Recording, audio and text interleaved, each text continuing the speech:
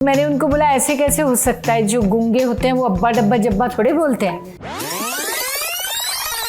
अब्बा डब्बा जब्बा थोड़े बोलते हैं। I am 22-year-old hot sexy and glamorous girl. मेरे मुंह से निकला, हम बातचीत कर रहे, मैंने कहा कौन है ये आदमी, और सलमान खान को कौन है ये आदमी बोलना। आप सोचो, जब श्री जी आई मेरे सामने और वो मेरी आंखों में आंखें डाल के बोल रही हैं तो मैं अपनी एक लाइन भी भूल गई। वरुण धवन बहुत ही डाउन टू अर्थ लड़का है वो। मुझे बोलता है आपको पता है मेरा आज आपके साथ किसिंग सीन है। मैंने हरनाज को फिर बोला कि हरनाज प्लीज मेरा पोस्टर शेयर कर दो, तो उसने वो भी शेयर नहीं किया। 4-5 महीने पहले मैंने उसको एक लीगल नोटिस भेजा, 4 महीने पहले, तुम मुझे प्लीज डेट्स दे दो। अब इस फिल्म में मैं उस हद तक पहुंच गई कि मुझे बहुत लोन लेना पड़ा है।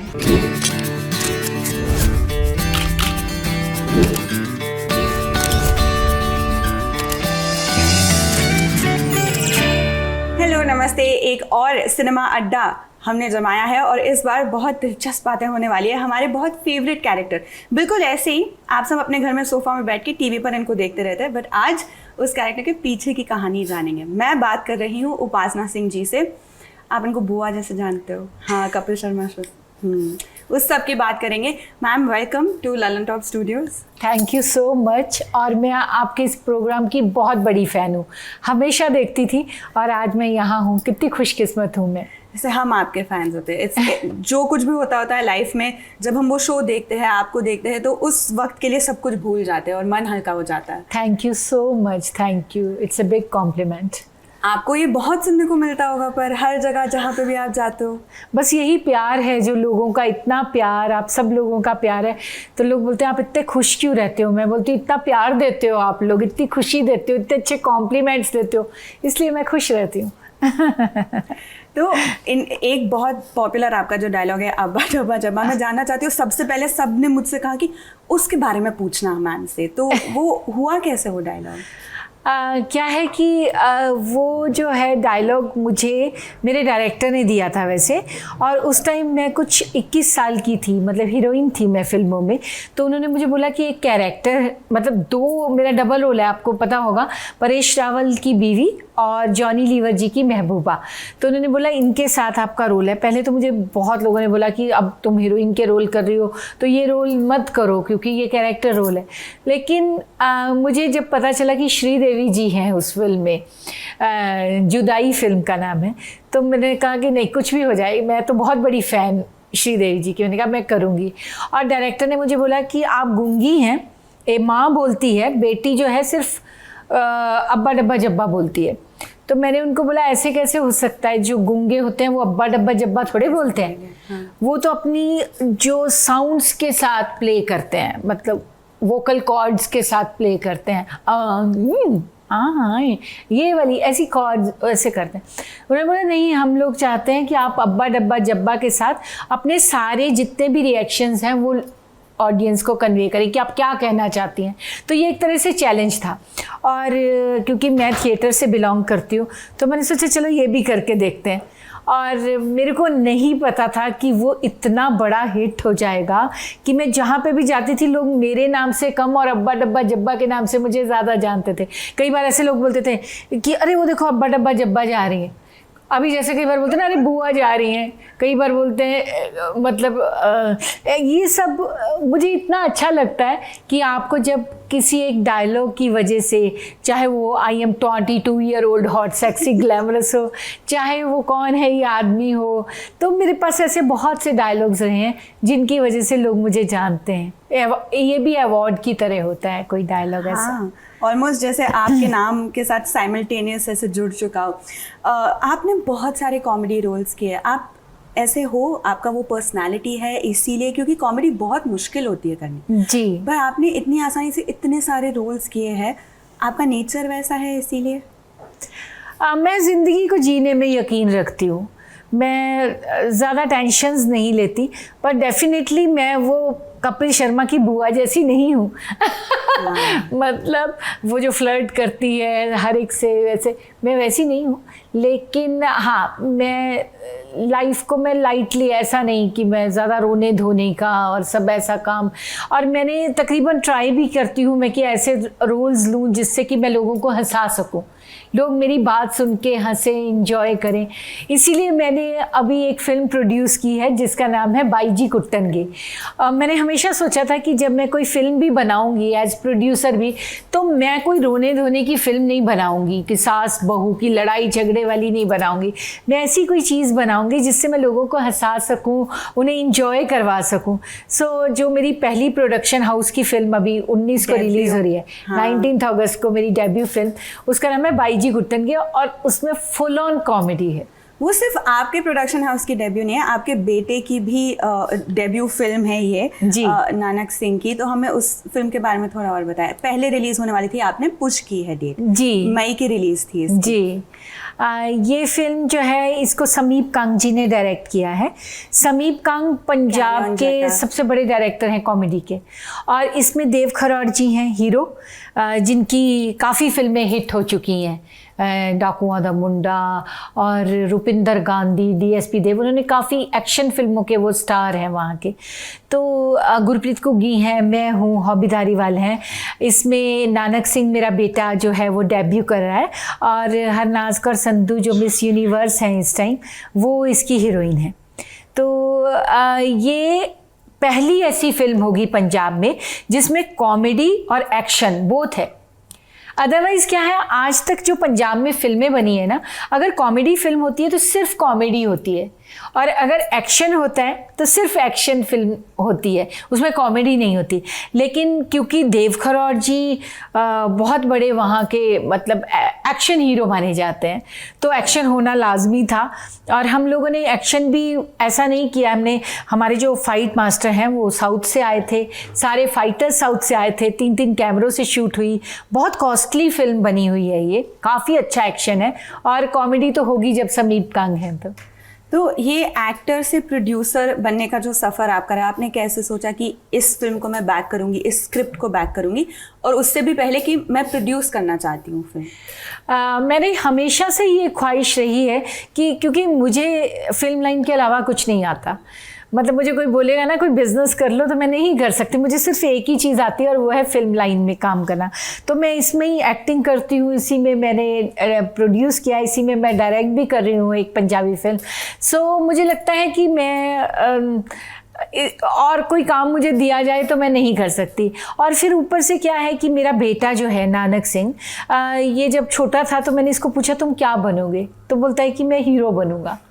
मैंने उसको बोला कि मैं तुम्हें सब कुछ बना सकती हूँ, हीरो नहीं बना सकती, हीरो ऑडियंस बनाती है, लेकिन हाँ मैं तुम्हें रास्ता दिखा सकती हूँ कि तुम ये सीख लो, तुम डांस सीख लो, तुम फाइट सीख लो, तुम स्विमिंग और हर चीज़ सीख लो। तो उसने बोला ठीक है, मतलब मैं अपने दम पे बन के दिखाऊंगा, मतलब मैं बहुत मेहनत करूँगा। और वो कोई 5-6 साल का था तब से उसने सारी तरह के डांसेस सीखे। वो हील डांस भी कर लेता है, लड़कियों वाले डांस भी, और सारी तरह के डांसेस। 13 साल से वो डांस सीख रहा है, प्रोफेशनल डांसर है वो। और उसके अलावा उसने टाइगर श्रॉफ जी ने वहाँ पे एक अपना वो खोल रखा है इंस्टीट्यूट, जिसमें वो पूरे फ्लिप्स और जिस तरह की टाइगर जी अवॉइड करते हैं उस तरह की, वो सब उसको 3 साल हो गए सीखते। सारी एक्टिंग क्लासेस उसने ज्वाइन की, और मतलब वो अभी से नहीं, वो 15 साल से तकरीबन कोशिश कर रहा है कि वो अपने आप को परफेक्ट करे। तो वो अब टाइम आ गया था, वो बड़ा हो गया है नानक। तो उसने मुझे बोला कि मुझे अभी डेब्यू करना है, आप देखो। तो मैंने बहुत सी स्क्रिप्ट सुनी, बहुत सारी, तो मेरे को कोई इतनी पसंद नहीं आ रही थी। लेकिन जिस टाइम मैंने बाईजी कुट्टनगे स्क्रिप्ट सुनी, एक तो मतलब बाईजी कुट्टनगे अपने आप में एक फन लगता है। बाईजी मीन्स बड़े भाई, कुट्टनगे मीन्स मारेंगे, सो बड़ा भाई मारेगा, तो ये मुझे बहुत अच्छा लगा। और जब मैंने सब्जेक्ट सुना तो मैंने एक ही गो में पूरा सब्जेक्ट सुना, मतलब मैंने उसको बोला मुझे सुनाओ, और वो इतना इंटरेस्टिंग था वो सब, तो मैंने बोला यही बनाएंगे। और फिर मेरे साथ के साथ मुझे पूरी फिल्म दिखाई दे रही थी कि इसमें कौन डायरेक्टर होना चाहिए, कौन इसमें एक्टर्स होने चाहिए, और इतनी खूबसूरत और मज़ेदार फिल्म बनी है वो। और आपको पता है ट्रेलर को कितने मिलियन व्यूज़ हो गए हैं, गाने बहुत पसंद किए जा रहे हैं। तो शुक्र है मैंने जो सोचा वो उसी तरह से लोग उसे पसंद भी कर रहे हैं। तो अब तक जैसे आप बात करते हैं और जैसे आपने कहा कि मैं हूँ बहुत ऐसे खुश इंसान, मैं इस सब चीज़ों में नहीं बिलीव करती कि ज़्यादा मैं स्ट्रेस लूँ या रो, बट इस फिल्म को लेके, डेब्यू को लेकर अब इतनी ज़्यादा बातें और कंट्रोवर्सी और इश्यूज़ हो चुके हैं, आपके ना चाहते हो, आप तो एज अ प्रोड्यूसर और एज अ मॉम अपने बेटे के लिए आप यही चाहेंगे कि सारा बेस्ट हो, बट अब मिस यूनिवर्स हरनाज़ कौर संधू को लेकर जो हुआ है, तो आप हमें अपने आप से बताइए कि क्या हुआ है। हम न्यूज़ में तो पढ़ते आ रहे हैं, बट आप बीती आप ही सुना सकते हो। देखिए, हरनाज़ कौर संधू को मैंने उस टाइम रखा जब वो एक स्ट्रगलर लड़की थी और वो छोटे छोटे रोल्स करती थी। तो उनके मदर और वो आए थे मेरे पास और उन्होंने कहा कि आप मेरी बेटी को चांस दीजिए अपनी फ़िल्म में, और आप इतनी अच्छी फ़िल्म बना रहे हैं, इतनी बड़ी फ़िल्म बना रहे हैं। तो मैं नानक के साथ कोई नई लड़की, फ्रेश फेस देख रही थी, और मेरा हमेशा से, क्योंकि मैंने स्टार्ट जो किया ना वो बहुत छोटी सी जगह से किया था और मैं बड़ी स्ट्रगल के बाद यहाँ तक पहुँची हूँ। तो मेरी हमेशा ख्वाहिश रही कि मैं नए नए लोगों को, जब मेरा कुछ प्रोडक्शन हाउस होगा, मैं न्यू कमर्स को चांस दूंगी ताकि उनको उतनी स्ट्रगल ना करनी पड़े जितनी मैंने लाइफ में की है। तो मैंने यही सोच के उस लड़की को अपनी फिल्म में, जबकि बहुत लड़कियां आई थी मेरे पास, तो मैंने उसको 2 फिल्मों में एज हीरोइन का चांस दिया। एक बाई जी कुट्टन गे जो 19 अगस्त को रिलीज़ हो रही है, और एक है यारां दियां पौंबरा जो मैंने खुद डायरेक्ट की है। तो वो मैंने दोनों फिल्मों में उसे हीरोइन का चांस दिया। वो बहुत खुश थी और वो मुझे हमेशा कहती थी कि मैं उसकी गॉड मदर हूँ, और वो मेरे लिए सिर्फ आर्टिस्ट नहीं थी, मेरी बच्ची जैसी थी, मेरे घर में रहती थी वो के साथ है। जी, और मैंने बहुत उसको सिखाया भी हर चीज़, चाहे वो एक्टिंग हो, चाहे वो मेकअप हो, किस तरह से कैसे मतलब डायलॉग्स डिलीवर करने हैं, किस तरह से करने, मैंने हर चीज़ उसको एक एक चीज़ सिखाई। तो हमारा एक कॉन्ट्रैक्ट हुआ जिसमें कि मैंने 25 डेज उससे लिखवाए। हर आर्टिस्ट का कॉन्ट्रैक्ट होता है, आपको भी मालूम ही होगा कि हर जो एक्टर फिल्म्स में या सीरियल्स में काम करता है, हमारा एक लीगल कॉन्ट्रैक्ट होता है। उसमें था कि 25 डेज वो मुझे प्रमोशन के लिए देंगी। उसके बाद हरनाज़ कौर संधू जो है वो मिस यूनिवर्स बन गई, और मेरे लिए ज़िंदगी में वो सबसे खुशी का दिन था। मैं बहुत खुश थी, मेरे घर में भी, मेरे रिलेटिव्स में भी वो हमेशा हमारे साथ जाती थी। हम लोगों ने पार्टीज़ की, मेरे बेटे ने अपनी जिम में जाके अपने जो वो डांस के, मतलब जो जहाँ पे भी डांस सीखता है वहाँ पे सब जगह पार्टीज़ दे रहे थे हम लोग, हम नाच रहे थे, हमें ऐसा लगा कि घर का। और जब मैंने वो देखा था हरनाज़ को, और मैं रो रही थी खुशी से, मैंने पहली बार अपने आप को खुशी के आंसू देखते मुझे ऐसा लगा अरे मेरा बच्चा जीत गया। तो बहुत बड़ी बात थी मेरे लिए। उसके बाद अब मैंने उसको फ़ोन करने स्टार्ट किए कि हरनाज़, हम लोग 27 मई को फिल्म रिलीज़ कर रहे हैं, तो आप हमें प्रमोशन की डेट्स दे दो। पहले सबसे शॉकिंग ये था कि उसने मेरा फ़ोन नहीं उठाया। वो लड़की जो मेरी एक कॉल पे, अगर कहीं बाहर भी वॉशरूम या कुछ भी, वो आई एम सो सॉरी, मैं ये कर रही थी, आई एम सो सॉरी, मेरे से मिस हो गया आपका कॉल, ये वाला हमारा वो था, इतनी वो मुझे करती थी। हाँ, और अब वो मेरे 10 कॉल्स, 15 कॉल्स, मैसेजेस, इंस्टा पे मैंने मैसेज करने शुरू किए, मेल्स करने शुरू किए, उसने किसी का भी जवाब नहीं दिया। और ये बहुत शॉकिंग था मेरे लिए कि मेरे को समझ में ही नहीं आई ये बात। फिर उसके बाद मेरी 27 मई जो है नज़दीक आती जा रही थी, मेरे पोस्टर्स छप गए, मेरे सारे जितना भी मेरे एक्टर्स थे उन्होंने पोस्टर शेयर किया। मैंने हरनाज़ को फिर बोला कि हरनाज़ प्लीज़ मेरा पोस्टर शेयर कर दो, मतलब अपने इंस्टा पे और उस पर, तो उसने वो भी शेयर नहीं किया। अब मैं प्रमोशन स्टार्ट कर चुकी थी और मुझे ये था कि ये मुझे डेट देगी, तो फिर मैंने ये सोचा अपने दिल में कि अभी उसकी शायद कमिटमेंट्स हैं ज़्यादा, वो मिस यूनिवर्स बनी है अभी, तो मैंने सोचा कि मैं डेट शायद आगे बढ़ा दूंगी तो वो फिर मुझे शायद दे देगी। हाँ, मैंने को लगा शायद कमिटमेंट्स, ऐसा कैसे हो सकता है कि एक लड़की को मैंने इतना प्यार दिया, वो ऐसा नहीं कर सकती, मेरा दिल नहीं मान रहा था। उसके बाद मैंने उसको 19 अगस्त कर दिया। मेरा बहुत नुकसान हुआ, मेरा बहुत पैसा लग गया, सब पोस्टर्स प्रमोशन में, जी, और सबकी डेट्स ली हुई थी। तो मैंने फिर से मैसेजेस करने शुरू किए, मैंने वो सब लोगों की कॉल्स अटेंड करती थी, सिर्फ मेरी नहीं करती थी। और जब मैंने सब लोगों को बोलना शुरू किया, जैसे मेरे समीप कंग डायरेक्टर हैं, बड़े डायरेक्टर, उनको मैंने कहा कि समीप जी प्लीज़ आप हरनाज से बात करो। उन्होंने हरनाज को फ़ोन किया, उसने फ़ोन नहीं उठाया क्योंकि उसको पता था वो क्या कहेंगे। फिर उन्होंने उसको मैसेज लिखा कि उपासना को बहुत ज़रूरत है प्रमोशन की, तो प्लीज़ तुम उपासना को फ़ोन करो, तो भी कोई रिप्लाई नहीं आया। फिर जो लोग थे, एक हमारे एक्टर थे, उन्होंने फ़ोन किया कि हरनाज हम ना दुबई में शो कर रहे हैं। तो बोलती हाँ हाँ करते हैं। फिर उसने बोला पैसे, बोलती मेरी टीम से बात कर लो। उसने बोला कि उपासना सिंह की प्रमोशन है, डेट्स हैं, तो उसने उस टाइम फ़ोन मैसेज जो वो चैट कर रहे थे, उसने इमीडिएटली उसको कट कर दिया चैट को। ऐसा एक नहीं, बहुत कुछ हुआ। फिर जब मुझे ये समझ में आने लग गया कि ये इस फिल्म को शायद प्रमोट नहीं करना चाहती, उसको लिए अब ये वाली फिल्म जिसके लिए कि वो उसको था कि वो बोलती थी मेरा ड्रीम कम ट्रू है ये, कि मैं नानक सिंह के साथ, उपासना सिंह के बेटे के साथ काम कर रही हूँ, इतनी बड़ी पंजाबी फिल्म में काम कर रही हूँ। मुझे लगा ये क्या हो गया। फिर मुझे सबने कहा कि मैं ये बात 5 महीने से लगातार ये मेरा चल रहा है उसके साथ, मैंने किसी को रिवील नहीं होने दिया।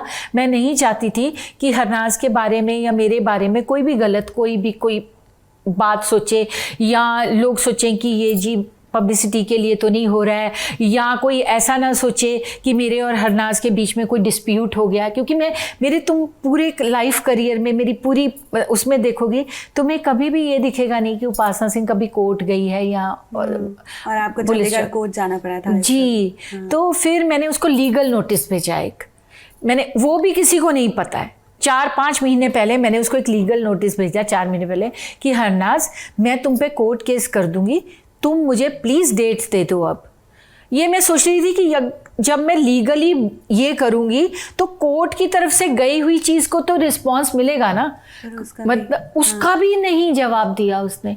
और अब 19 अगस्त आ गई है, मेरे डिस्ट्रीब्यूटर चेंज हो गए। जो लोग मेरे साथ खड़े थे कि हरनाज कौर संधू अब इस फिल्म में है, तो बहुत चीज़ें मुझे मतलब ऐसा था कि प्रेस कॉन्फ्रेंस हम करा देंगे, होटल का हम कर देंगे, फलाना ये कर देंगे।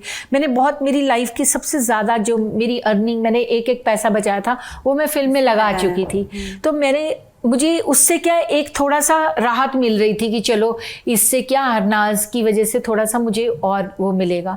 लेकिन सबने हाथ पीछे कर लिया, उनको पता चल गया कि कोई हरनाज नहीं करे। मैंने अभी बहुत सारा लोन लिया है इस फिल्म को ऑल ओवर वर्ल्ड रिलीज़ करने के लिए, और मेरे ऑलरेडी बहुत पैसे पहले भी इन्वेस्ट हो चुके हैं। तो मेरे पास कोई चारा ही नहीं बचा कि मैं क्या करूं अब। तो फिर मुझे कोर्ट जाना पड़ा। लाइफ में पहली बार मैंने कोर्ट देखा। मैं सोच या समझ भी नहीं सकती आपका ये कैसा अनुभव रहा होगा। और मुझे अब ये भी ख्याल आ रहा है कि आपने कहा 2 फिल्में हैं, तो दूसरी फिल्म का दूसरी में भी वो हीरोइन है मेरी, और दोनों फिल्मों की शूटिंग कंप्लीट हो चुकी है। और मेरी दूसरी फिल्म का जो है 11 दिया पाँव 12 की पोस्ट प्रोडक्शन चल रही है, उसमें भी वो नानक सिंह के साथ हीरोइन है। बट आपने सही ये निर्णय लिया कि आप अपनी फिल्म रिलीज़ करोगे। आप ऑलरेडी एक बार पुश कर चुके हो डेट, फिर से आप नहीं, मैं नहीं कर सकती। मेरा इतना इन्वेस्टमेंट है, आप उसका इंटरेस्ट ही लगा लीजिए कितना है। फिर मैंने कितना लोन लिया हुआ है, मेरे पे बहुत प्रेशर है। मेरे बच्चे का करियर है, ठीक है मेरे बच्चे का करियर है, मेरी एज प्रोड्यूसर फर्स्ट फिल्म है, और मैंने इसमें नए नए लोगों को चांस देके, पर मुझे तो समझ में नहीं आता है कि मैं तो हमेशा अच्छा ही सोच के किया था कि मैं न्यू कमर्स को चांस दूंगी, या मेरी प्रोडक्शन हाउस में काम करने के लिए लड़कियां तरसती हैं, समीप कांग, देव खरोड़ और बड़ी कास्ट के साथ। और मैंने इतनी, कोई छोटी फिल्म नहीं है, वो फैमिली फिल्म है, उसमें एक भी वल्गर डायलॉग नहीं है। ये पहली ऐसी फिल्म है जिसको कोई कट नहीं मिला है सेंसर से। मतलब आप अपनी फैमिली के साथ, अपने माँ बाप, अपनी बहन के साथ, सबके साथ बैठ के वो फिल्म देख सकते हो। मैंने ऐसी फिल्म बनाई, और इतना कुछ करने के बाद मतलब अब मुझे ट्रोल करवा रहे हैं वो लोग। और 4 ऐसे लोग हैं जो मेरे, जो भी मैं डालती हूँ उसके ऊपर लिख देते हैं कि शेम ऑन उपासना से, कि वो हरनाज कौर संधू को बोल रही है कि वो उसकी फिल्म प्रमोट करे। मुझे समझ में ही नहीं आ रहा शेम ऑन उपासना सिंह क्यों है, क्यों कि मैंने उसको फिल्म में चांस दिया, क्यों मेरा कॉन्ट्रैक्ट उससे पहले का है, जब वो मिस यूनिवर्स बनी तब तो कुछ भी नहीं थी, एक नई स्ट्रगलर लड़की थी ना। आपने ऑडिशन किया था तब? ऑडिशन नहीं, उसने मुझे अपना डांस के कुछ क्लिप्स भेजे थे, मैंने उसकी फ़ोटोग्राफ्स देखी थी। और मैं जो है ना, मैंने इतने साल बिताए हैं तो मैं एकदम से समझ सकती हूँ कि कोई भी एक्टर मतलब कर सकता है कि नहीं। मुझे पता था वो मतलब उतनी कोई ऐसी एक्ट्रेस नहीं है जो कि मतलब, और मुझे ये भी पता था कि मैं करवा लूँगी, मुझे ये भी पता है। मैंने बहुत सारे नए बच्चों के साथ फिल्म बनाई है। मेरी 11 पौबारा में मैंने बहुत लोगों को चांस दिया, न्यू कमर्स को। और आप एक एक्टर का मुझे बोल के दिखाना कि ये लड़का या लड़की पहली बार काम कर रहा है। मैंने इतनी मेहनत की है इन बच्चों के ऊपर, इतनी मेहनत की है मैंने इन बच्चों के ऊपर। और वो आप उसकी इंटरव्यूज़ देखिए, वो आप पहले की, जब वो मिस यूनिवर्स नहीं थी, तो उसमें आपको सुनने को मिलेगा कि उपासना सिंह ने उसके लिए क्या किया। वो शॉर्ट देती थी ना, जैसे मैं नानक के लिए खड़ी होती हूँ, मैं किसी भी न्यू कमर के लिए मैं पीछे खड़ी रहती हूँ, उधर जहाँ डायरेक्टर अपना लगा के मॉनिटर बैठते हैं, मैं ये देखती हूँ कि कहीं किसी का मेकअप ख़राब तो नहीं, ड्रेस ठीक लग रही है कि नहीं, वो ठीक से डायलॉग बोल पा रहे हैं कि नहीं। मैं बार बार जाके उनको सिखाती हूँ। एज प्रोड्यूसर मुझे जाने की ज़रूरत नहीं है, पर मैं हमेशा चाहती हूँ कि मैं इनको मतलब पूरी तरह से ग्रो करूं, मैं इनको सिखाऊं, ताकि कल को इनको और चांस मिले, इनको और फिल्में मिलें, मेरी फिल्म को देख के लोग इसको और भी मौके दें। तो मैंने हमेशा ऐसा कोशिश किया है। मुझे पता ही नहीं चलता कि वो लोग मेरे को ऐसे लिखवा रहे हैं, और मेरे को मतलब वही 4 लोग सेम लाइन्स, शेम ऑन उपासना सिंह, और ऐसे लगता है कॉपी पेस्ट कर दिया हो। और लोग आजकल बहुत स्मार्ट हैं, उनको पता नहीं चलता है कि ये जो है ये एक ही आईडी से आ रहा है और एक ही जगह से उसको उपासना सिंह को ट्रोल कर रहे हैं। तो लेकिन मेरे जो लोग हैं, जो मुझे प्यार करते हैं, मेरे जो दर्शक हैं, वो एक का 10-10 लोग, 50-50 लोग उसको जवाब देते हैं कि किस बात की शर्म है आनी चाहिए उपासना को। मुझे कई तरह से कुछ, अभी मेरे पास वो मैं नहीं बोलना चाहती बहुत कुछ, लेकिन मैं सिर्फ ये कहना चाहती हूँ कि आप लोग कुछ भी कर लो, लेकिन मैं रुकूंगी नहीं, मैं अपनी फिल्म रिलीज़ करके रहूँगी, चाहे कुछ हो जाए। ये भी बात है ना कि आपकी फिल्म की रिलीज से उनका भी फायदा होगा ही, जब लोग उनको देखेंगे स्क्रीन पर। लेकिन वो नहीं समझती हैं ये बात ना, उनको लगता है कि मैं पंजाबी फिल्म को प्रमोट करूँगी, मुझे तो बॉलीवुड और हॉलीवुड की फिल्में करनी चाहिए। वो बोलती हैं कि मैं पंजाबी हूँ, मैं सरदारनी हूँ। जब उनको क्राउन पहनाया जाता है उसके बाद अब वो बोलती है चक दे फट्टे। आपको मैं बताऊँ, आप मेरी फिल्म देखिएगा 11 पौं 12, मेरे बेटे का नाम उसमें, नानक सिंह का नाम अर्जुन है।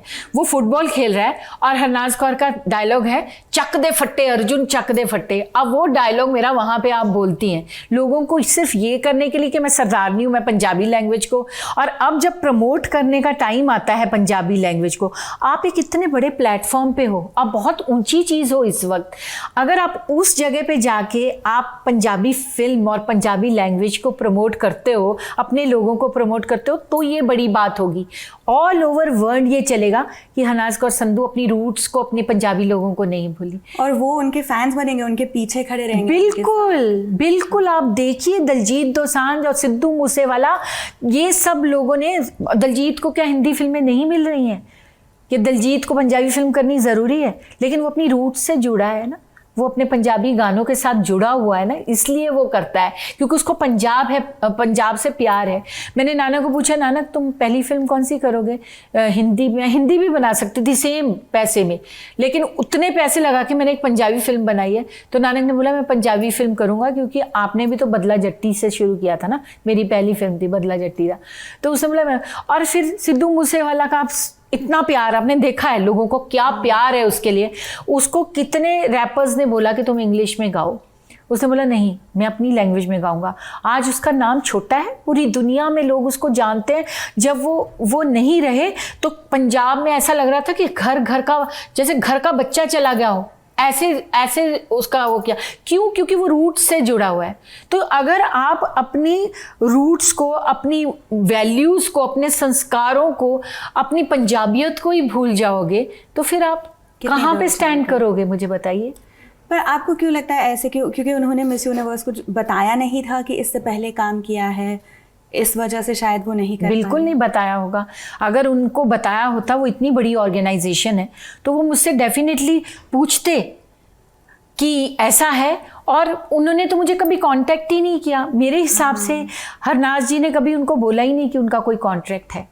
और अगर अब भी उनको पता चला है तो क्या हरनाज के पास इस टाइम मैनेजर्स नहीं होंगे, या उनके पास लीगल टीम नहीं होगी, या कोई नहीं होगा कि वो मेरे को एक रिप्लाई तक कर सकें? अभी कोर्ट में इतना केस हुआ है, सब कुछ हुआ है, तो भी कोई रिप्लाई नहीं है, क्योंकि उनको पता है कि 19 अगस्त को बाईजी गुट्टन की रिलीज़ हो रही है, वो फिल्म हो जाएगी रिलीज़, उसके बाद देख लेंगे। नहीं, हम भी सुनना चाहेंगे एक्चुअली कि ऐसे क्यों और क्या हो रहा है, बट एक बात ये जो सिल्वर लाइनिंग कहते हैं लोग कि एटलीस्ट फिल्म रिलीज़ हो रही है, वो सबसे बड़ी बात है। तो जैसे इन्होंने बताया आपको डेट 19 अगस्त है, आप प्लीज़ जाकर देखें भाई जी को टांगे। और इसमें बहुत कुछ है, जैसे उन्होंने कहा कि आप सहपरिवार देख सकते हो। आपकी एक्चुअली जो जर्नी रही है बहुत इंटरेस्टिंग रही है। आपने गुजराती, हिंदी, पंजाबी, राजस्थानी फिल्म तक की है आपने, और आपने जो राजस्थानी फिल्म की थी इन्होंने, वो 100 दिन चली और वो हिस्ट्री बना गई। जैसे 1988 में बाई चाली सस, आप मुझे करेक्ट कीजिएगा कमेंट्स में अगर मैं गलत कह रही हूँ, बाई चाली सासरिये 1988 की फिल्म 100 दिन चल गई। आप कैसे हुआ वो फिल्म आपके लिए? मैं स्टडी कर रही थी चंडीगढ़ में, मैंने एमए इन ड्रामेटिक आर्ट्स किया है। तो उस दौरान मैं मुंबई जाती थी, मेरी मौसी रहती थी मुंबई में। तो जब मैं वहाँ जाती थी ना, तो मैं अलग अलग डायरेक्टर्स, प्रोड्यूसर्स को मिलने की कोशिश करती थी कि किसी तरह मुझे फिल्मों में काम मिल जाए, क्योंकि मेरा तो कोई भी इंडस्ट्री में है नहीं। तो उस मेरी स्टडी के दौरान मैंने 4 फिल्में की। मतलब मैं अलग अलग जगह जहाँ भी गई, लोगों को पता नहीं क्यों, मेरे मम्मी का आशीर्वाद है, भगवान का मेरा साथ रहा, बहुत ज़्यादा उनकी कृपा है कि मैं जैसे ही जाती थी, मुझे 4 फिल्में मैंने की। एक थी बाई चाली सासरिये, जो कि मारवाड़ी फिल्म है। आज तक राजस्थान में इससे बड़ी फिल्म कोई हिट नहीं हुई। ये हीरोइन ओरिएंटेड सब्जेक्ट मेरे पे था। और दूसरी फिल्म थी मेरी ये बदला जट्टीदा, पंजाबी फिल्म थी, और वो भी आपको मालूम है हिट फिल्म है। फिर मैंने एक फिल्म की अहमदाबाद नो रिक्शा वालों, गुजराती फिल्म, तो वो भी अपने टाइम की बहुत सुपर डुपर हिट है। फिर एक रामवती मैंने की, उसमें मैंने डाकू इंस्पेक्टर का रोल किया। तो मेरे को ना अलग अलग टैग्स मिलते थे। जैसे मैंने राजस्थान में जो फिल्म की, वो बहुत दुख वाली थी, बहुत इमोशनल सीन्स थे मेरे और सब, तो लोग बोलते थे राजस्थान की मीना कुमारी उपासना सिंह। फिर जब मैंने ये एक्शन फिल्में करनी शुरू की, रामवती जिसमें डाकू भी थी, इंस्पेक्टर भी थी, तो लोग बोलते थे लेडी अमिताभ उपासना सिंह। फिर जब मैंने कॉमेडी करना शुरू किया, तो लोग बोलते थे कॉमेडी क्वीन उपासना सिंह। तो इस तरह से मुझे बहुत सी मतलब एक अवार्ड की तरह ये सारे टैग्स मिले हैं। मैं उस काबिल नहीं हूँ उन लोगों के जैसे मेरे को मिले नाम। मैं उनके पाँव के जूते के भी नोक पे नहीं हूँ। मैं सोचती हूँ कुछ भी नहीं, मैं उनके सामने धूल भी नहीं उनकी। पर इतने बड़े लोगों के साथ आपका नाम, मतलब राजस्थान की मीना कुमारी जी, अमिताभ बच्चन जी, बहुत बड़ा एक ऐसे लगता है कि आपको सारे अवार्ड्स छोटे हो जाते हैं तब जब ऐसे ऑडियंस आपको रिस्पॉन्ड करती है, इतना प्यार देती है, इतना सब कुछ करती है। तो जैसे मेरे डायलॉग्स भी बहुत हिट हुए हैं।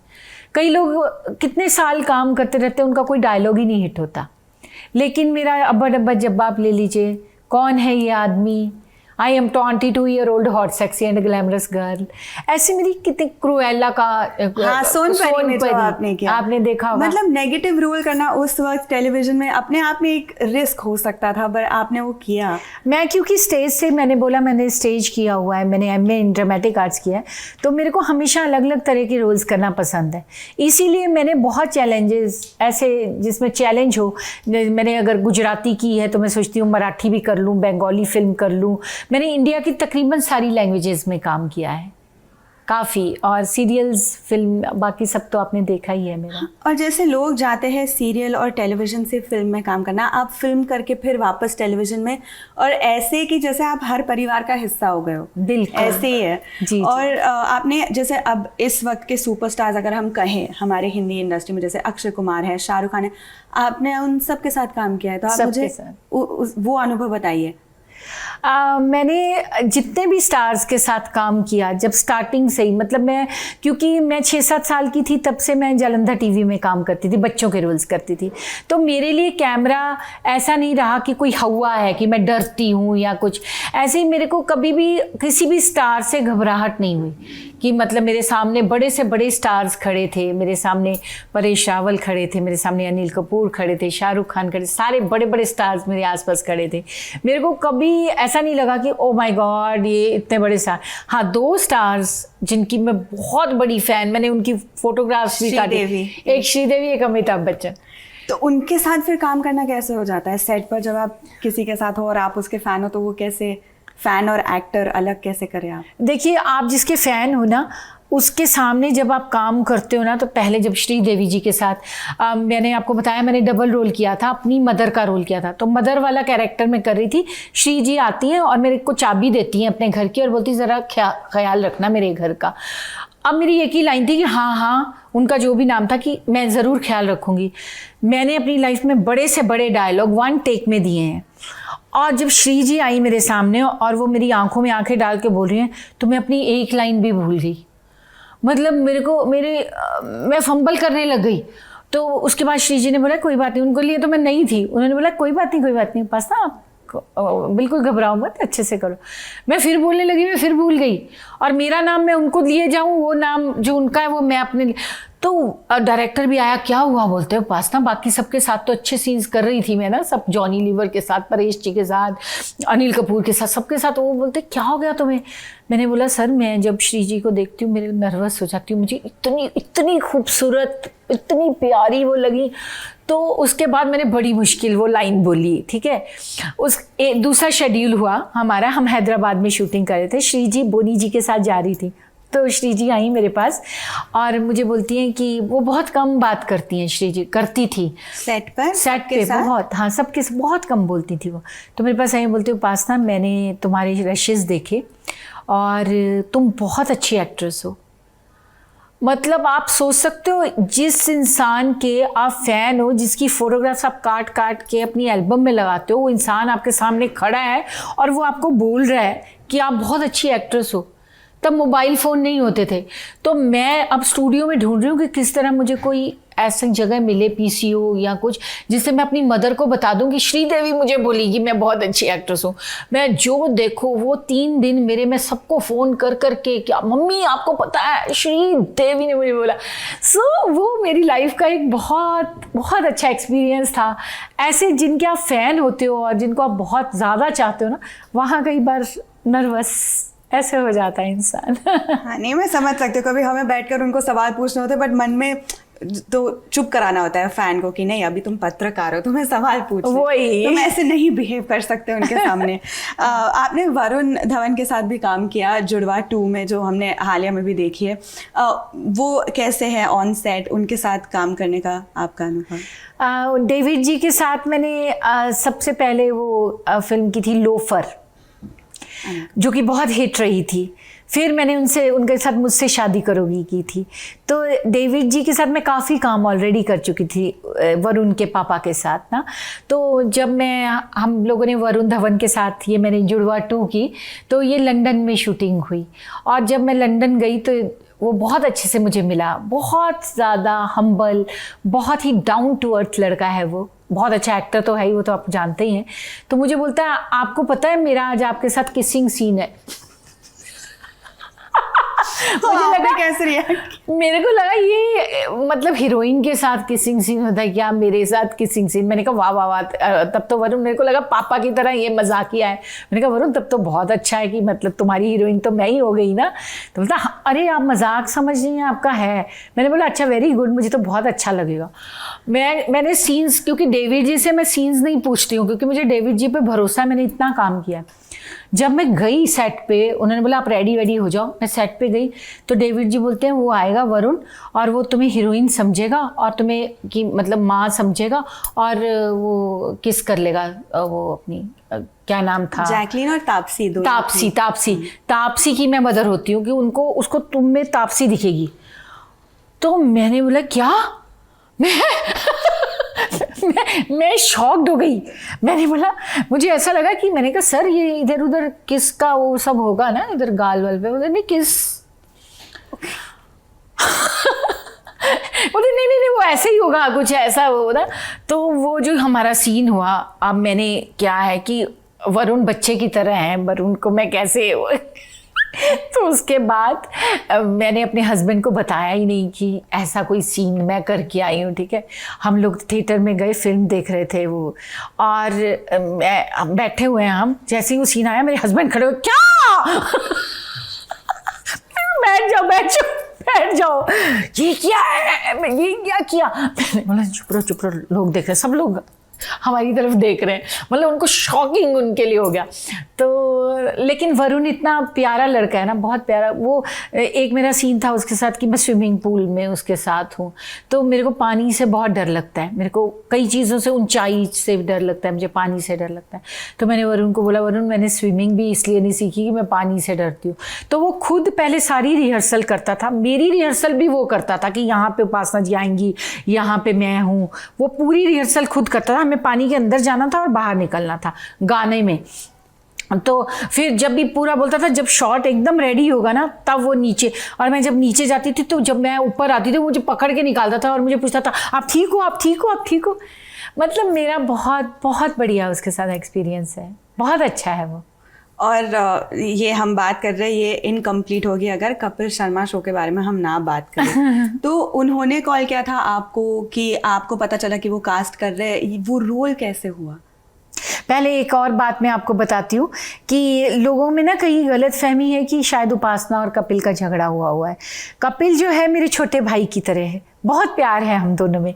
और अभी जो बाईजी कुट्टन की आ रही है उसका जो वॉइस ओवर है फर्स्ट, वो कपिल ने बोला हुआ है, कपिल ने अपनी आवाज़ दी है उसमें, और वो मेरी फिल्म में गाना भी गाने वाला था बाईजी कुट्टन के में। तो ये क्या हुआ कि जब आपको मालूम है अनिल कपूर जी का एक शो आने वाला था कलर्स पे, उसका नाम कई बार भूल जाती हूँ। तो वो जो शो है आने में थोड़ा टाइम हो गया क्योंकि वो पूरे एपिसोड्स बने नहीं थे। तो उन्होंने कपिल को बोला कि तो हम तुम्हें 16 एपिसोड या ऐसे 13 एपिसोड ऐसा कुछ उनको बीच में के वक्त के लिए, हाँ, कि क्योंकि टाइम उनको उसको फिल करना था। तो उन्होंने बोला कि एक कॉमेडी प्रोग्राम बना लो उतने दिनों के लिए सिर्फ ना उसमें। तो कपिल आया मेरे पास, नहीं तो आपको पता है बहुत ऑडिशंस होते हैं आजकल एक एक रोल के लिए। लेकिन कलर्स में जब इस रोल की बात हुई तो कलर्स में भी बोला कि उपासना सिंह को इस रोल में वो बहुत सूटेबल हैं। कपिल मेरे खुद घर आए और उन्होंने बोला कि मैंने जब ये रोल सुना ना तो मुझे उपासना जी आपके अलावा कोई दिखाई नहीं इस रोल में। और मेरे को सब लोगों ने बोला कि मत करो ये रोल, क्योंकि उस टाइम तक सिर्फ मेरे ग्लैमरस रोल्स थे कि अरे कितनी सुंदर है, इसकी आंखें ऐसी हैं, इसकी फिगर ऐसी है, इसका ये ऐसा है, खूबसूरती पे बात होती थी। तो मेरे हस्बैंड ने कहा इसमें वो बोलेंगे तेरी शादी नहीं हो रही, तेरी आंखें टेढ़ी हैं, तेरा ये है, तू दारू पीती है, तू सिगरेट पीती है, तू ये करती है वो करती है, तो तुम ये वाला रोल करोगी तो लोग तुम्हें वैसे ही देखने लग जाएंगे। क्योंकि अगर आप एक कैरेक्टर करते हो तो कई बार लोगों की नज़रें उस कैरेक्टर के लिए वैसी हो जाती हैं। तो मैंने बोला कि मैंने इतना कुछ चैलेंजेस, इतने सारे चैलेंज लिए अपनी ज़िंदगी में, तो ये क्यों ना किया जाए ना। तो मैंने बोला कोई बात नहीं, एक थोड़े से एपिसोड है करके देखते हैं, क्या पता कैसा, मतलब ना। तब तक मैंने कुछ नहीं सोचा था 13 एपिसोड या 16 एपिसोड के अलावा। जब मैंने वो पहला एपिसोड किया, वो बुआ का कैरेक्टर पिंकी बुआ, उसके बाद सारी जगह पे oh you are looking so beautiful, you are so cute, you are ये, यू आर वो, इतने मेरे लिए मैसेजेस, और चैनल्स पे भी मेरी इतनी तारीफ होनी शुरू हुई कि वो पहला ही हमारा एपिसोड सुपर हिट था। हर कैरेक्टर को लोगों ने लाइक किया और बुआ बहुत, पिंकी बुआ बहुत बड़ी फेमस एक कैरेक्टर बनी। उसके बाद तो लगातार वो इतना हिट होता चला गया कि हम उसके बाद 2.5 साल शो हमारा चला। आपने भी देखा उसको, कितनी टाइम देखा होगा। तो वो इतना बड़ा हिट हो गया हमारा शो। तो इसलिए लोगों की, मतलब लोग बोलते हैं कि हमें अपनी बुआ नहीं दिखती, जब कोई बुआ वर्ड बोलता है तो उपासना जी हमें आपका चेहरा दिखता है। फिर मेरे डायलॉग्स हिट हो गए। उन्होंने बोला कि ऐसा बोलो, मैं 22 साल की हूँ, मैं बहुत खूबसूरत हूँ, मैं हॉट हूँ, मैं सेक्सी हूँ। मैंने बोला मज़ा नहीं आ रहा, थोड़ा पंजाबियत लाएं उसमें तो एक मज़ा आएगा। मैंने बोला देखिए मैं आपको करके दिखाती हूँ। बोलते नहीं, चैनल ने बोला है कि मैं 22 साल की हूँ, मैं खूबसूरत हूँ, मैं ये। मैंने बोला मेरे को एक बार मेरी तरह से करके देखने दो, आपको अच्छा लगेगा ठीक है, नहीं लगेगा कोई बात नहीं, वही करेंगे। तो मैंने बोला I am 22 year old hot sexy and glamorous girl. ओ हंस के सब पागल हो गए। जब पंजाबी टोन आ जाती है तो लोग उसको एंजॉय करते हैं। तो उन्होंने फिर वो ही रखा, उन्होंने बोला आप यही यूज़ करो, ये बहुत अच्छा लग रहा है। और ऐसे ही जब हमारे सेट पे एक बार आग लग गई थी तो हम कुछ टाइम के लिए बिग बॉस सलमान खान के वहाँ चले गए थे कुछ एपिसोड्स करने के लिए। तो एक एपिसोड में सलमान खान जी भी थे। तो हम ना वहाँ पे उसी वक्त कई कुछ इम्प्रोवाइज करते हैं, करेक्ट। तो सलमान जी और मेरा चल रहा था, जिसमें उनको सबको कहा जाता था कि आप बोलोगे मैं तुमसे शादी नहीं करूंगा, तुम कैसी दिखती हो, तुम फलाना। तो मेरे मुंह से निकला, हम बातचीत कर रहे, मैंने कहा कौन है ये आदमी, और सलमान खान को कौन है ये आदमी बोलना, आप सोचो, पिन ड्रॉप साइलेंस सब जगह, कोई एक तिनके की। मेरे को लगा ओ माय गॉड ये क्या कह दिया मैंने, मुझे खुद को ऐसा शॉकिंग लगा। सलमान जी ने जो हंसना शुरू किया, उसके बाद वो लोटपोट हो गए ज़मीन पे, लोग हंस हंस के पागल हो गए कि कौन है ये आदमी, सलमान खान को हम बोल रहे हैं कौन है ये आदमी। उसके बाद वो इतना हिट हो गया वो कौन है ये आदमी कि उसकी टी शर्ट्स बन गई। मतलब लोग टी शर्ट्स, मेरे पास भी है आज भी वो टी शर्ट पहन के, आपने भी देखी होंगी, बहुत टी शर्ट्स बनी। और मैंने फिर बहुत जगह उसको यूज़ किया, कभी ऋतिक के लिए, कभी शाहरुख के लिए, कभी अमिताभ जी के लिए, बहुत उसको यूज़। हालांकि आप इन सबके साथ काम कर चुकी है फिल्मों में सेट पर, और अब जो वो आपके साथ आता है आप कहते हैं कौन है ये आदमी। हाँ देखिए, मैं क्यूरियस थी कि आप इतने लंबे समय के लिए ये रोल निभा रहे हो। राइटर्स ऑफ कोर्स लिखते हैं, बट कॉमेडी वो जोक लैंड करना ताकि लोग हंसे, और उसमें भी फिर आप कुछ नया करते रहे कि 1-1.5 साल तक फिर भी लोग बोर ना हो जाए, या उनको हाँ पता ही है ये क्या कहेंगे, वैसे ना हो जाए। कैसे अपने आप से आप कैसे इनोवेट करते हो उसमें? मेरे को हमेशा ना, मेरे को क्योंकि मेरी हॉबी है ये, मेरा प्रोफेशन, मैं इससे बोर नहीं होती हूँ।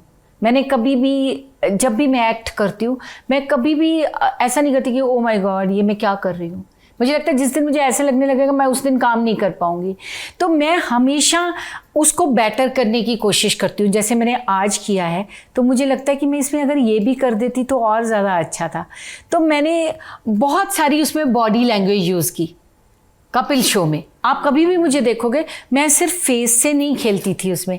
मैंने उस कैरेक्टर को, अगर कोई, मतलब मैं किसी के लिए नहीं बोलूँगी कि अगर कोई ऐसे कैरेक्टर को कि वो लड़कों के पीछे पड़ी रहती है, उसकी शादी नहीं हो रही है, वो जुआ खेलती है और वो मतलब उसकी एज हो गई है, तो अगर उस तरह का कैरेक्टर मैं प्ले करती तो लोगों को शायद उससे नफरत हो जाती कि ये तो कैरेक्टरलेस कैरेक्टर। हाँ। आपको उसमें एक इनोसेंस दिखेगी। मेरे कैरेक्टर में जो मैंने प्ले किया, मैंने उसको बहुत इनोसेंटली प्ले किया, मैंने उसको बहुत चुलबुला बनाया, और मैंने अपनी हैंड मूवमेंट और बॉडी मूवमेंट के साथ उसको बहुत प्ले किया। आप जो भी मेरे पिछले एपिसोड्स देखोगे, जहाँ पे भी आपको लगेगा ये अपनी बॉडी के साथ प्ले कर रही है, मैं वैसे एक्ट करती थी, और वो लोगों को बहुत अच्छा लगता था। और मैंने हमेशा ट्राई किया कि डांस भी करूं, उसमें कुछ और भी डाल दूं, कुछ और मज़ा कि मैं कैसे लोगों को और हंसा सकती हूँ। तो काफ़ी मेहनत होती थी। हम लोग सुबह जाते थे, कई बार अगले दिन सुबह हम लोग वापस आते थे। कितने घंटे वो हमारा शो चलता था। हम लोग बहुत इम्प्रोवाइजेशंस भी करते थे, कई कुछ होता था, लेकिन मैं कभी बोर नहीं हुई अपने काम से। इसलिए मैं, अगर मैं बोर हो जाऊँगी तो लोग भी बोर हो जाएंगे मुझसे। मैं इंजॉय करती हूँ, इसलिए लोग इंजॉय करते हैं इस रोल को। ये आपने जो बात कही बहुत इम्पॉर्टेंट है, क्योंकि लोग जो अपने स्क्रीन पर देखते हैं उनको लगता है कि ये कितनी लाइट है, कितनी सिली है, ऐसी है, पर उसके पीछे कितनी मेहनत जाती है, और लोगों को लगता है कि ये ऐसे ही है लाइफ में भी, पर वो सच बात नहीं है। बिल्कुल आप वैसे बिल्कुल नहीं हो, वो कैरेक्टर के पीछे बहुत मेहनत है जी। ये बाहर निकलना ज़रूरी था। आपने इतना वक्त काम किया है कपिल के साथ, तो आप मुझे उसका सक्सेस का राज क्या है? कैसे है वो रियल लाइफ में सेट पे? बहुत अच्छा है, वो बहुत डाउन टू अर्थ है और दिल का बहुत अच्छा है। वो ना, मैंने जब भी कपिल को अभी बोला कि कपिल को भी पता है मेरे साथ अभी क्या हादसे हो रहे हैं, उसने मुझे कॉल किया था, तो मैंने उसको बताया, तो वो मुझे बोला कि हम दोनों एक जैसे हैं और भोलियां दा रब होता है। मतलब होता है कि जो भोले होते हैं ना, उनका भगवान होता है। तो उसने मुझे, जबकि वो शोज़ कर रहा है, अभी तो खैर वापस आ गया होगा, उसके शोज़ चल रहे थे, तो उसने मुझसे रात को, हम 12 बजे हमने बात करनी शुरू की, हम 1:30 बजे तक बात कर रहे थे, और वो मुझे, उसने बहुत हौसला दिया। बोलता कि मैं आपको अच्छी तरह से जानता हूँ, आपकी ऑडियंस आपको बहुत अच्छी तरह से जानती है, तो आप क्यों घबरा रहे हो, और हरनाज और संधू सिर्फ थोड़े फिल्म चलाएगी, आपने जो इतने बड़े बड़े स्टार्स ले रखे हैं, आपका डायरेक्टर अच्छा है, आपने इतना बड़ा कंटेंट, आपका बेटा लॉन्च हो रहा है, लोग देखना चाहते हैं नानक सिंह कौन है, तो वो आप इतना दुखी क्यों हो? क्योंकि मुझे नींद ही नहीं आती। मैं आजकल मैं सो नहीं पाती हूँ मेरे को, क्योंकि कभी मैं 2 बजे उठती हूँ, कभी 4 बजे उठती हूँ। मेरे को बच्चे भी बोलते हैं, मेरा नानक बेटा भी बोलता है कि क्या कर रहे हो आप अपनी बॉडी के साथ, क्यों इतने टेंस हो। लेकिन मैंने ये हालात अपनी लाइफ में पूरी में देखे नहीं है। तो अब मेरे सारे एक्टर्स मेरे साथ खड़े हैं। आज एक राजू जी करके, जब मैं आ रही थी तो राइटर हैं जिन्होंने काफ़ी फिल्में लिखी हैं, पंजाबी सुपर हिट फिल्में लिखी हैं, उनका मुझे कॉल आया और मुझे बोलते हैं कि उपासना जी हम सारे लोग एक एक बोलते हैं मेरे पास कॉल आ रहे हैं कि मतलब आपके पास तो आ ही रहे होंगे, हमारी पूरी इंडस्ट्री आपके साथ खड़ी है, आप अपने कमेंट्स पढ़ के देखिए, अपने लोग क्या लिख रहे हैं आपके लिए। आपके ट्रेलर को मिलियन व्यूज़ हो गए, कितने मिलियन व्यूज़ हो गए मेरे ट्रेलर को, और मेरे नानक के गाने पे लोग क्या कमेंट्स लिख रहे हैं नानक के लिए, तो आप वो पढ़ा करो। बोलते हैं कि आप हौसला मत हारो। ऐसे ही मेरी पूरी इंडस्ट्री इस टाइम मेरे लिए खड़ी है। और वो रहेगा। आपने इतने दशक काम किए, इतना गुडविल जो और प्यार जो आपने बटोरा है लोगों का, तो जी दिखेगा कहीं ना कहीं तो दिखेगा। मुझे तो इस वक्त नाना के लिए थोड़ा सा स्ट्रेस हो रहा है, कितना प्रेशर होता होगा कि मॉम इतनी बड़ी सुपर एक्ट्रेस है और फिर उसको डेब्यू करना है, मतलब उस पर भी कितना प्रेशर होगा। बहुत प्रेशर है उसके ऊपर, क्योंकि जो लोग एक्टर्स के बच्चे होते हैं ना, या इस लाइन के बच्चे होते हैं, उनके पास ज़्यादा चांसेस नहीं होते हैं। मैं आपको बताती हूँ, जब एक नया लड़का या लड़की जिसको कोई नहीं जानता, वो जैसे काम करना शुरू करता है, वो अगर 2 सीन भी करता है ना तो लोग उसको जज नहीं करते हैं। वो 2 सीन करता है, फिर वो 3-4 सीन करता है कहीं, फिर वो जैसे जैसे ग्रो करता है अपनी एक्टिंग में, अगर वो हीरो बन जाता है या हीरोइन बन जाता है तो उसके पास एक जर्नी होती है जिसमें वो सीखा होता है। लेकिन जो एक्टर्स के बच्चे होते हैं उनको आप 2 सीन नहीं दे सकते, उनकी एक्सपेक्टेशन है कि तुम सीख कर आए, क्योंकि वो हीरो होता है वो फिल्म का, या हीरोइन होता है वो। उनके लिए लोगों को होता है कि ये उपासना सिंह का बेटा है या ये इस इंसान का बेटा है, तो वो अच्छा एक्टर होना ही चाहिए और वो अच्छा डांसर भी होना चाहिए। उसको चांस नहीं मिलता है, उसको ऑडियंस, मैंने तो 25 साल की जर्नी में यहाँ तक पहुँची हूँ, वो मेरी 25 साल की जर्नी और उसकी पहली फिल्म बराबरी पे देखेंगे लोग कि ये नानक सिंह उपासना सिंह का बेटा है, इसलिए उसको अच्छा होना चाहिए। इसीलिए मैंने नानक को ये बोला था कि, और वो इस टाइम प्रेशर में है, और जब मेरे को कमेंट्स पढ़ता है ना, वो जब भी आते हैं ना, मम्मी देखो मेरे लिए क्या लिखा, मम्मी देखो क्या लिखा, मम्मी, वो इतना खुश होता है। सो उसने भी बहुत स्ट्रगल, उसकी बहुत मेहनत है उसके पीछे। डेफिनेटली उसको काम मिलने में स्ट्रगल नहीं हुई इसमें, लेकिन मैं हर बार उसके लिए फिल्म नहीं बनाऊंगी। मैं सिर्फ ये चाहती थी कि लोग उसको देखें कि नानक सिंह ऐसा दिखता है, ऐसा डांसर है, ऐसा फाइटर है, ऐसी एक्टिंग करता है, ताकि उसको आगे चांस मिले और लोग उसको वो करें। तो इसके बाद के जो चांसेस हैं वो तो वो अपने दम पर लेकर जाएगा। तो इसलिए हम सब लोग प्रेशर में हैं। ये मेरी भी डेब्यू फिल्म है बाई जी कुट्टनगे, तो मेरे लिए भी ये इस टाइम बहुत स्ट्रेस, और आपको पता है मैं किस चीज़ों में से गुजर रही हूँ। मेरा मतलब सारी लाइफ का पैसा लगा हुआ है, मेरे पास लोन मैंने कभी नहीं लिया था। जब मेरे पास थोड़े से पैसे हो जाते थे ना तो मैं गाड़ी खरीद लेती थी, थोड़ा पैसा और हो जाता था, क्योंकि हमने बहुत छोटे से, मैंने पहले एक मारुति गाड़ी ली लाल कलर की, उसमें ना AC नहीं था तो मैंने एक छोटा फ़ैन आगे लगा लिया। तो मुझे सब बोलते थे उपासना तुम्हारे पास काम है, लोग कोई देखेगा तो उस फैन निकाल दो, कम से कम उनको लगेगा कि AC गाड़ी होगी। मेरे पास मारुति कार थी, मैंने बोला कि मैं मर थोड़े जाऊँ गर्मी में, इससे अच्छा लोगों को पता चलने दो मेरे पास नहीं है तो नहीं है। तो मैंने वो फ़ैन उसके अंदर रखा जब तक मेरे पास उतने पैसे नहीं हुए कि मैं दूसरी गाड़ी ले सकूं। भगवान की दया से मुझे काम मिलता गया, मैं घर भी लेती गई, मैं गाड़ी भी लेती गई। जब थोड़ा पैसा हो जाता था तो उससे बड़ा ले लेती थी, थोड़ा पैसा हो जाता तो उससे बड़ा ले लेती थी, लेकिन मैंने लोन नहीं कभी लिया। मैंने अपनी पूरी लाइफ में लोन नहीं लिया कि मेरे को डर लगता है कि लोन में उतार पाऊंगी कि नहीं या ऐसा होगा। लेकिन इस फिल्म में मैं उस हद तक पहुंच गई कि मुझे बहुत लोन लेना पड़ा है रिलीज़ करने के लिए। बट सब अब तक सब सही रहा है और भी आगे सही हो। आपने ये नाना के लिए जो ब्रेक आपने अपॉर्चुनिटी क्रिएट की, आपका पहला सब्सटैंशियल ब्रेक कौन सा था? मैंने तो कभी सोचा नहीं था, मेरे को तो ये था कि मुझे किसी तरह फिल्मों में चांस मिल जाए।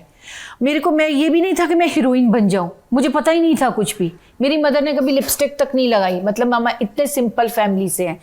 तो मेरे को अगर उस टाइम मुझे बहन का रोल मिल जाता, भाभी का रोल मिल जाता, मैं वो भी कर लेती, क्योंकि मेरे को पता ही नहीं हीरोइन बनना चाहिए फिल्म में।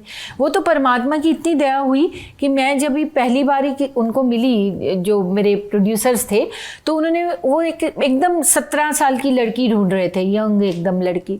तो उन्होंने मुझे देखा और उनको थोड़ा इनोसेंट फेस चाहिए था। और उस टाइम तो मैं बहुत ही वो बेबी फेस मेरा था, आप मेरी पिछली फिल्म में देखिए तो उन्होंने मतलब, उनकी वाइफ थी वहाँ, बोलते यही चाहिए। पहली लाइन मेरे को देखने के बाद, यही तो है वो, मतलब उनकी जो 22 सासरी की लड़की थी।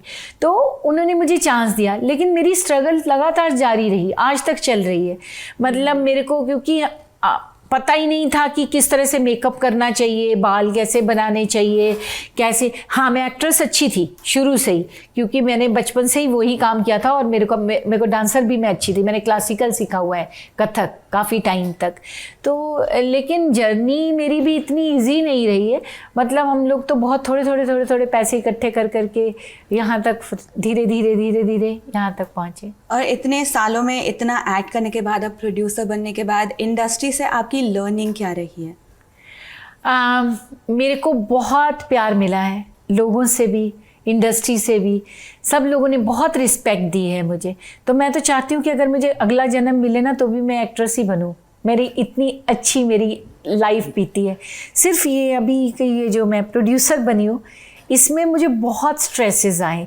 मतलब मेरी जब फिल्म बन रही थी तब कोरोना चल रहा था, तो मेरे को 3 शेड्यूल में फिल्म बनानी पड़ी, 1 शेड्यूल में बनाने वाली थी। फिर मेरे को जितना मैं सोच के चली थी बजट्स वगैरह, वो कहीं ऊपर चले गए बजट्स फिल्म बनाते बनाते, क्योंकि हर बार पूरा आप क्रू लेके जाते हो, फिर वापस आते हो, फिर ऐसा कर बहुत। लेकिन वो भी चीज़ें मेरे लिए बहुत, चलो होता है ये सब ना, कोरोना के टाइम हर एक आदमी की टेंशन्स में बीती है लाइफ, वो बात नहीं। लेकिन ये जो मेरे अभी सबसे ज़्यादा स्ट्रेस के दिन, कि मैंने कोर्ट कभी नहीं देखा। मैं अभी कोर्ट मतलब जाऊंगी, मतलब मैं कोर्ट के बाहर थी, मेरी धड़कन बढ़ गई थी, मेरे को पसीना आ गया, मुझे इतनी स्ट्रेस हो गया अंदर से। फिर मेरे को ये जो हरनाज जी कर रही हैं मेरे साथ, मेरे को इस टाइम ज़रूरत है कि सब लोग मेरे साथ खड़े हों, मेरे पूरे एक्टर्स मेरे साथ खड़े हैं। तो मैं जिस लड़की को मैंने चांस दिया, मैं एक इमोशनल इंसान हूँ, तो मुझे बहुत दुख लगता है। मेरे को कई बार लोग बोलते हैं, उपासना जी हमने आपको कभी हंसते हंसते ही देखा, कभी आप रोती, कभी मेरे को हमें मतलब इमोशनल होते नहीं देखा।